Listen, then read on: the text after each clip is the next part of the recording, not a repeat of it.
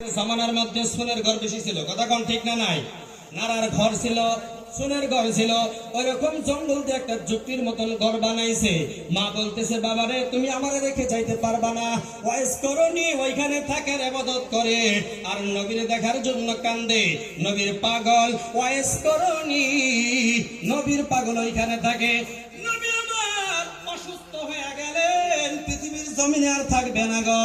আল্লাহর নবী হযরত ওমরকে ডাকলেন, আলীকে ডাকলেন, আবু বকরকে ডাকলেন। আবু বকর, ওমর রে, আলী রে, আয় আয় আমার কাছে আয়, আমি এখন থাকবো না, আমার সময় অন্তিম সময় হয়ে গেল।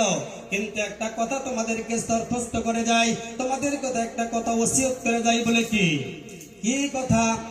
ওমরকে বলতেছেন, আবু বকরকে বলতেছেন, ওসমানকে ডেকে ডেকে নবী বলে, সালমান ফার্সিকে ডেকে ডেকে নবীজি বলে, ইয়ামেনের জঙ্গলে ওয়াইস করি নামে একজন আমার পাগল, আমারে কোনোদিন দেখে নাই, আমিও তারে কোনোদিন দেখি নাই। এমনি এমনি তার লম্বা চূড়া, এমনি এমনি তার চুল, এমনি এমনি জীর্ণ শীর্ণ চেহারা, এমনি এমনি তার সুরত। কিন্তু আমি যখন মরে যাব, আমার এই জুব্বা মোবারকটা ওয়াইস করুনি রে ইয়ামিন শহরে পৌঁছাইয়া দিবা। আল্লাহর নবীর সাহাবা ওমর বলে, নবী গো, ও দয়ার নবী রাহমাতাল লিল আলামিন, আপনি তার দেখেন নাই, আপনিও শাউক আপনাকে দেখে নাই, ওয়াইস করিনি আপনারে দেখে নাই, আপনি ওয়াজ করিনি দেখেন নাই। আপনি কেমন করে তাকে আপনি চিনেন, বা কেমন করে আমি তাদের সন্ধানে যাব? বলে, এমনি এমনি চেহারা, যাইতে হবে, ওসিয়ত করে গেলাম, তোমরা যাবা, আমার সাথে কথা দাও। নবী গো, আপনার কথা আখরে আখরে পালন করব, এর মধ্যে কোনো সন্দেহ নাই।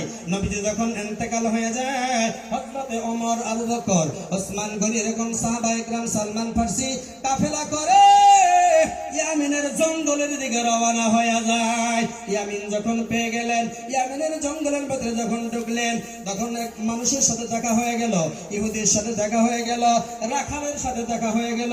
এ রাখালেরা, তোমরা কি ওয়াইস নামের একজন লোককে তোমরা চিনো? তার নাম হলো ওয়াইস করনি, এই ইয়ামিনেই বলে থাকে, এই ইয়ামিনের জঙ্গলের মধ্যেই থাকে, তোমরা কি চিনো? তাহলে কি দেখছাও? ইহুদিরা বলে, ওয়াইস করনি নামের মানুষকে আমরা চিনি না, ওয়াইস করনি কে আমরা চিনি না, কিন্তু একটা পাগল জঙ্গলের ভিতরে থাকে, ঝুঁকরির ভিতরে তার একটা বৃদ্ধ মা আছে, এমনি এমনি চেহারা, এমনি এমনি লম্বা চড়া, এমনি এমনি মোটা তাজা, জীর্ণ শীর্ণ চেহারা, ওই জায়গার মধ্যে থাকে।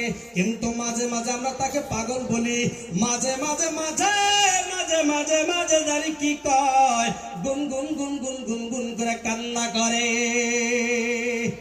আবু বকর বলে, ওমর রে, নবীজি যেভাবে আমাদেরকে বলছে, কথার সাথে তো একবারেই মেলা গেল, তাহলে চলো যাই, আমরা জঙ্গলের ভিতরেই ঢুইকা যাই। জঙ্গলের ভিতরে ঢুকিয়া দেখে একজন বৃদ্ধা মহিলা ওয়াইস করনি মায়ের সাথে বসা আছে, বলতেছে, তোমার নাম কি?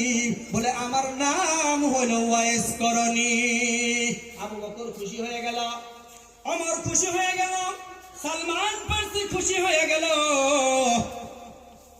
এই তো ওয়াজ করিনি, কথার সাথে মিলছে, একবারে যেমনি কয়ে দিছে নবীজি, একবারে কথার সাথে মিলা গেছে। আর চিন্তা নাই, আর চিন্তা নাই, আর চিন্তার কোনো কারণ নাই। এই তো ওয়াইস। বলে, কি কও তোমরা কারা? বলে, আমরা হইলাম আল্লাহর নবীর সাহাবা, আল্লাহর নবীর পরনের জুব্বাটা তোমার জন্য নবী নসিহত করেছিল, আমরা সময় মতো আসছি, এই জুব্বা